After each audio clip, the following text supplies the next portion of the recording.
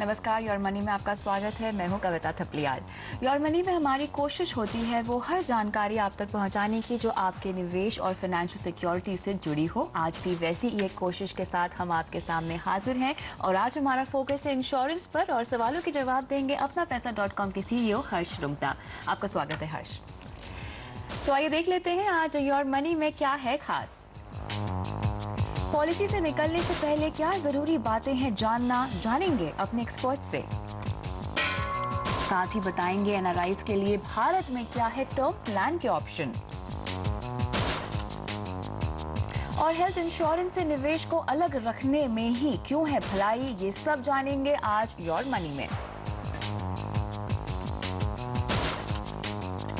शुरुआत करते हैं अपने पहले कॉलर से। उत्तराखंड से दीप चंद्रा हमारे साथ फोन लाइन पर मौजूद हैं।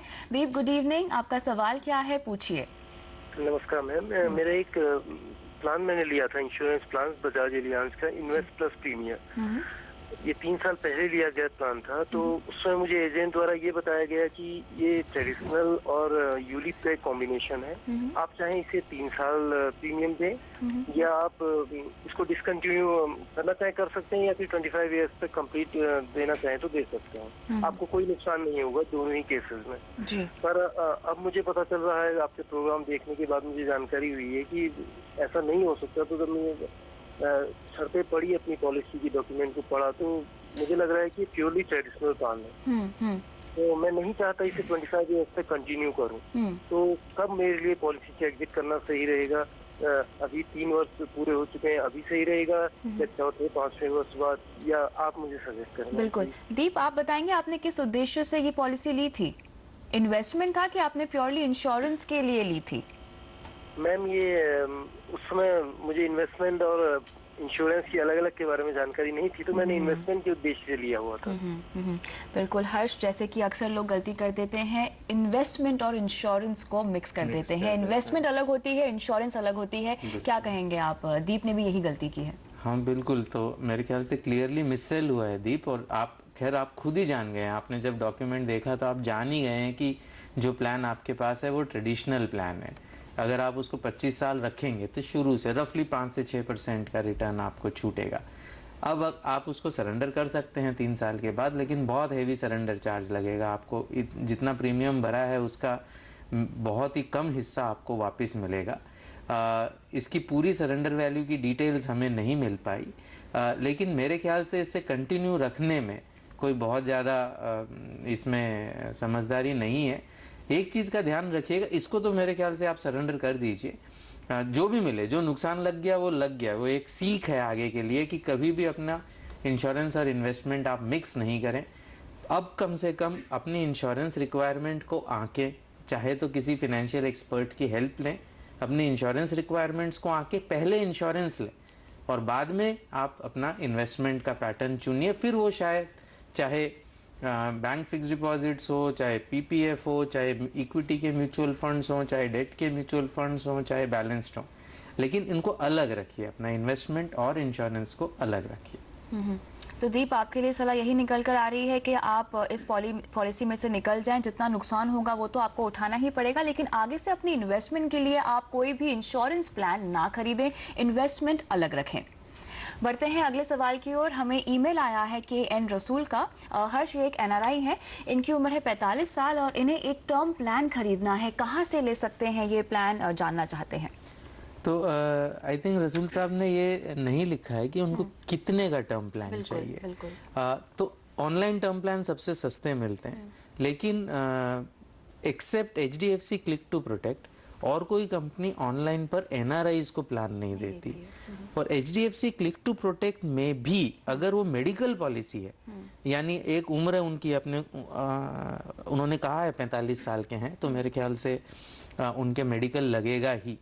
और अगर मेडिकल लगेगा तो जब वो यहाँ हिंदुस्तान में हैं उस समय ये पॉलिसी के लिए अप्लाई करें और मेडिकल्स अपने करवा लें। अगर नॉन मेडिकल पॉलिसी है, अगर है तो ये एज पे है तो बता नहीं सकते एग्जैक्टली। अगर नॉन मेडिकल है तो ऑनलाइन इशू हो जाएगा, अगर मेडिकल है तो इनको यहाँ जब होंगे तभी ये इस पॉलिसी के लिए अप्लाई कर सकते हैं। एनआरआईज के टर्म प्लान में किस तरह के अलग ऑप्शंस होते हैं और क्या क्या फॉर्मेलिटीज उन्हें करनी पड़ती हैं?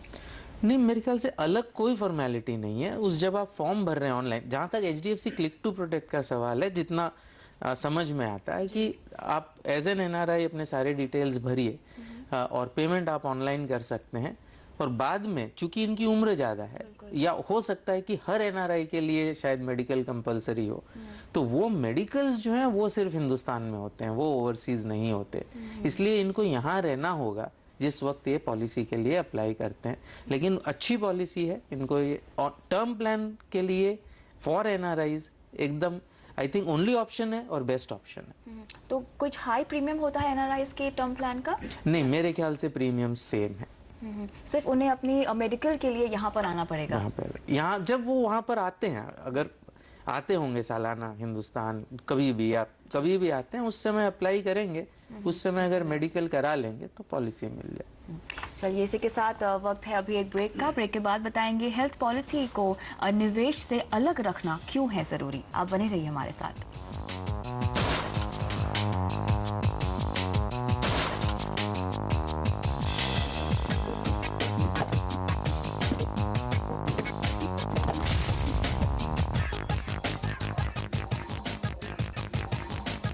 योर मनी में एक बार फिर से आपका स्वागत है। आज हमारा फोकस है इंश्योरेंस पर और सवालों के जवाब दे रहे हैं हर्ष रुंगटा।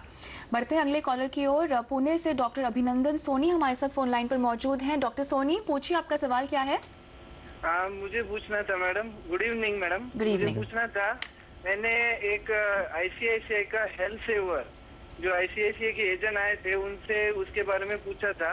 वो उन्होंने बताया था कि इसको आप अगर 10 इयर्स तक पे करोगे, अगर 15,000 for me and my wife, तो उसके बाद में हमको उसके प्रीमियम पे करने का जरूरत नहीं पड़ेगा और टिल लाइफ वो जो यूलिप प्लान की तरह है इसका यूज कर सकते हैं। और मेरा सेकेंड क्वेश्चन ये है मैडम कि मेरे डैडी जो 62 इयर्स के हैं और उनको प्री एग्जिस्टिंग हेल्थ डिसीज हुआ था, हार्ट अटैक 15 इयर्स बैक, और मेरी मम्मी है 56 इयर्स की, उनको कोई डिसीज नहीं है, तो उनके लिए प्लान लेना सोच रहे हैं, तो कौन सा अच्छा प्लान होगा इसके बारे में बताइए। ज़रूर हर्ष, सबसे पहले तो इनकी जो हेल्थ इंश्योरेंस पॉलिसी इन्हें चाहिए उसके बारे में बात करते हैं। ये मेरे ख्याल से ICICI Pru life health saver देख रहे हैं, तो आपका क्या कहना है इस पर? तो मेरे ख्याल से डॉक्टर सोनी, इसेंशियली चाहे लाइफ इंश्योरेंस हो चाहे हेल्थ इंश्योरेंस हो, जो एक ये फंडामेंटल रूल है कि अपनी इंश्योरेंस और इन्वेस्टमेंट नीड्स को अलग रखिए, हेल्थ इंश्योरेंस पर भी उतना ही अप्लाई होता है जितना लाइफ इंश्योरेंस पर। जहाँ तक हेल्थ इंश्योरेंस का सवाल है वो इसलिए अप्लाई होता है, आपने जो प्लान बताया वैसे अच्छा प्लान है, महंगा प्लान है, रिटर्न्स गारंटीड नहीं है, जो आपको क्लियरली मिससेल किया जा रहा है, बहुत हेवी चार्जेस हैं, इवन जो इंश्योरेंस प्रीमियम कटेगा वो भी काफ़ी महंगा है रिलेटिव टू अगर आप एक रेगुलर पॉलिसी लेते हैं, चाहे अपोलो से हो, चाहे मैक्स बूपा से हो, चाहे और कोई इंश्योरेंस कंपनी से हो जिससे आपने देखा हो, तो चार्जेस काफ़ी हैवी हैं। और ये जो आपको कहा गया है कि 10 साल बाद चार्जेस ये सेल्फ फंडेड पॉलिसी हो जाएगी, सही बात नहीं है, पहली बात। दूसरी बात, इवन जो इसके प्रीमियम्स हैं हेल्थ इंश्योरेंस पोर्शन के लिए वो सिर्फ 5 साल के लिए गारंटीड है, उसके बाद जो है 5 साल के लिए आज का प्रीमियम गारंटीड है, लेकिन उसके बाद वो चेंज हो सकते हैं। जहाँ तक और कोई कंपनी का सवाल है, आपको आज पता है कि फ्यूचर में आपको कितना प्रीमियम देना है, बढ़ेंगे आपकी एज के हिसाब से, लेकिन आपको आज पता चल सकता है। ऑफ कोर्स वो प्रीमियम भी बढ़ सकते हैं, लेकिन IRDA का प्रायर अप्रूवल लेना पड़ता है। तो मेरी सलाह यही है कि आप ये इन्वेस्टमेंट की मिक्स करने के चक्कर में ना जाएं और जो है आप एक रेगुलर पॉलिसी लीजिए। जहाँ तक आप और आपकी पत्नी का सवाल है, मेरे ख्याल से अपोलो की पॉलिसी काफ़ी अच्छी रहेगी आपके लिए, और आपके पिताजी और माताजी के लिए भी आप ट्राई कर सकते हैं। पिताजी के लिए खास करके आपको बहुत मुश्किल होगी पॉलिसी मिलनी, क्योंकि उनको ऑलरेडी एक सीरियस बीमारी हो चुकी है, चाहे बहुत दिन पहले हुई हो। ये इस प्रोग्राम के जरिए ये भी हम बार बार दर्शकों को बताना चाहेंगे कि इंश्योरेंस, हेल्थ इंश्योरेंस पॉलिसी आपको तब लेनी चाहिए जब आप एकदम तंदुरुस्त हो, क्योंकि उसके बाद अगर आप लेते हैं तो आपको या तो मिलती नहीं पॉलिसी, बहुत मुश्किल से मिलती है, या बहुत हाई प्रीमियम्स पे मिलती है, या कई चीज़ें एक्सक्लूड हो जाती है। तो ये आप कोशिश करिए, आप अपोलो की अगर 3 लाख की पॉलिसी चारों के लिए लेते हैं तो रफली मेरे ख्याल से 33,000 रुपये आपके लगेंगे फॉर ऑल 3 लाख्स ईच। और अगर आप फिर उसके ऊपर टॉपअप पॉलिसी अगर उनकी लेते हैं इंडिविजुअल, तो वो भी करीबन आपका मेरे ख्याल से 7,500 रुपये का रफली कॉस्ट है। ये कोशिश करिए, आपको और आपकी वाइफ को तो मिल ही जाएगा, आपकी मदर के लिए भी मिल जाएगा, फादर के लिए आपको थोड़ी दिक्कत हो सकती है। तो डॉक्टर सोनी, ये क्लियरली एक मिस सेल का केस है आपका। आपको जो करना है वो ये है कि Apollo Munich easy health standard plan आपको लेना है और अपने फादर के लिए आपको टॉप अप प्लान लेना है, जहाँ तक उनकी हेल्थ इंश्योरेंस पॉलिसी का सवाल है। हर्ष, अभी एक चर्चा का विषय बनता है इन्वेस्टमेंट और इंश्योरेंस, हमें अलग अलग रखना चाहिए। हेल्थ इंश्योरेंस को भी क्या निवेश से अलग रखना चाहिए हमें? एकदम बिल्कुल। इंश्योरेंस होता है आपके प्रोटेक्शन के लिए, जो इन्वेस्टमेंट है आप कर सकते हैं इंश्योर, लेकिन आप ही का पैसा मेरे ख्याल से, चूंकि इस तरीके से इंश्योरेंस बेचा गया है पिछले 4 दशकों में, 3 जनरेशन्स बड़ी हुई हैं ये समझ कर कि इंश्योरेंस करते समय अगर कुछ वापस नहीं मिलता तो वो इंश्योरेंस अच्छा नहीं है। अब लेकिन वो कंप्लीटली बदल चुका है। अगर आप इंश्योरेंस कम इन्वेस्टमेंट प्रोडक्ट लेते हैं, नहीं आपको अच्छा इंश्योरेंस मिलता है, न पर्याप्त मिलता है, महंगा मिलता है, नहीं अच्छा इन्वेस्टमेंट मिलता है, उस पर रिटर्न्स आपको कम मिलते हैं, चार्जेस ज़्यादा होते हैं, काफ़ी नॉन ट्रांसपेरेंट भी हो सकता है, ट्रेडिशनल प्लान्स जैसे होते हैं। हेल्थ में तो खैर बहुत अवेलेबल भी नहीं है। एक ICICI का है प्राइमरीली जो इन्वेस्टमेंट कम इंश्योरेंस है, बाकी जो प्लान्स हैं LIC का है, एक रिलायंस का है, उसमें हॉस्पिटलाइजेशन एक्सपेंडिचर डायरेक्टली क्लेमेबल नहीं है। तो हेल्थ में ये प्रॉब्लम बहुत कम है, लाइफ में ज़्यादा है ये मिक्स करने का, इन्वेस्टमेंट और इंश्योरेंस का। चलिए बढ़ते हैं अगले कॉलर की ओर। यहाँ पर राकेश यादव हमारे साथ फोन लाइन पर मौजूद है। राकेश जी, आपका सवाल क्या है, पूछिए। जी नमस्कार मैम। नमस्कार मैम, मैंने 4 कंपनीज में पैसा लगाया हुआ है। एक तो HDFC पेंशन सुपर जी, उसमें 2.5 लाख रुपया 3 साल तक मैं भर चुका हूँ। ठीक है। और ICICI लाइफ टाइम सुपर में 25,000 पर ईयर के हिसाब से 5 साल तक भर दिया है। SBI लाइफ स्मार्ट यूलिप में 50,000 पर ईयर के हिसाब से 3 साल के लिए भरा हुआ है। और LIC की जीवन सरल पॉलिसी ली हुई है, जिसमें 1,10,000 रुपया पर ईयर के हिसाब से मैं 4 इंस्टॉलमेंट दे चुका हूँ। ये सारी मेरी इन्वेस्टमेंट है, इंश्योरेंस से रिलेटेड नहीं है। तो मैं ये जानना चाह रहा था कि क्या मेरे फ्यूचर के लिए ये सब इनमें बने रहना ठीक है, या मेरे को यहाँ से स्विच कर देना चाहिए, क्योंकि मेरे को ऑनलाइन चेक करने पे पता लग रहा है कि इनमें बहुत ज्यादा रिटर्न नहीं है। बिल्कुल राकेश जी, आपकी मदद हम करेंगे, लेकिन अभी वक्त है छोटे से ब्रेक का। आपकी पॉलिसीज पर हम चर्चा करेंगे इस छोटे से ब्रेक के बाद।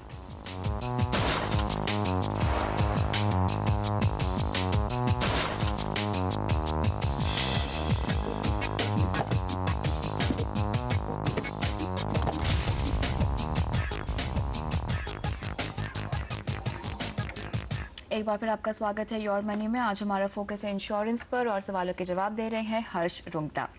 ब्रेक पे जाने से पहले हमारे साथ फोन लाइन पर मौजूद है राकेश यादव जी, जिन्होंने अपनी पॉलिसीज़ हमें बताई हैं।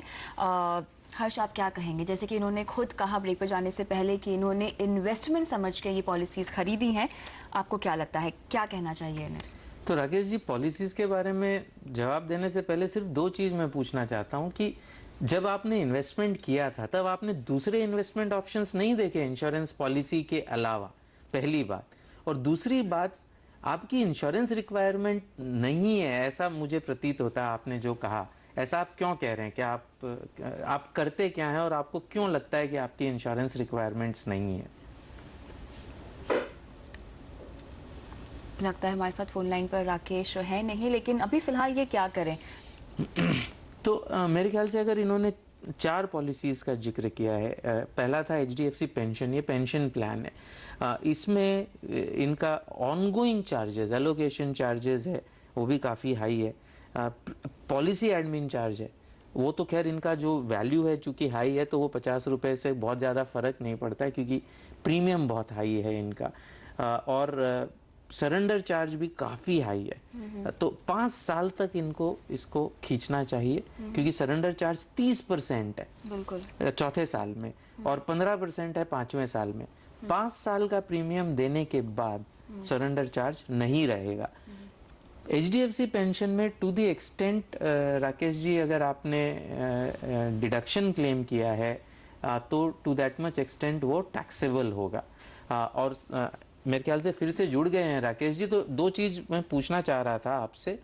पहली बात, जब ये सारे पैसे आपने लगाए थे उस समय दूसरे इन्वेस्टमेंट ऑप्शंस के बारे में क्या आपने नहीं सोचा था? पब्लिक प्रोविडेंट फंड हो, बैंक FDs हो, म्यूचुअल फंड्स हो, ऐसे आपके ध्यान में क्या नहीं आया था? पहली बात। और दूसरी बात, आपकी बातों से मुझे ऐसा लग रहा है कि आप सोच रहे हैं कि आपको इंश्योरेंस की नीड्स ही नहीं है। ऐसा क्यों लगता है आपको?